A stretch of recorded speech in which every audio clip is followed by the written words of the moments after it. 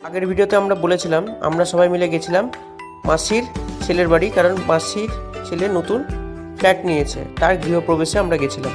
এখানে দেখতেই পাচ্ছ, ঢুকে চলে গেলাম প্রথমে লিফটে ওদের বাড়িঘর দেখার জন্য, যে কেমন বাড়িঘর করেছে। দু জায়গায় পুজো হয়েছে, একটা আমার মাসির ছেলের আর একটা অন্যজনের। এই যে দেখতে পাচ্ছ ড্রেসিং রুম, বেডরুম, বাথরুম থেকে আরম্ভ করে কত সুন্দর বানিয়েছে, তোমরা দেখতেই পাচ্ছ। তোমাদেরকে দেখানোর জন্যই আমি ভিডিওটা করেছি। দেখার পর আমরা চলে গেলাম ব্যালকনিতে থেকে আমরা গঙ্গাবাগের মাঠটা দেখতে পাচ্ছি, তোমরা দেখতেই পাচ্ছ। রাত হয়ে গেছে তাই বোঝা যাচ্ছে না অত।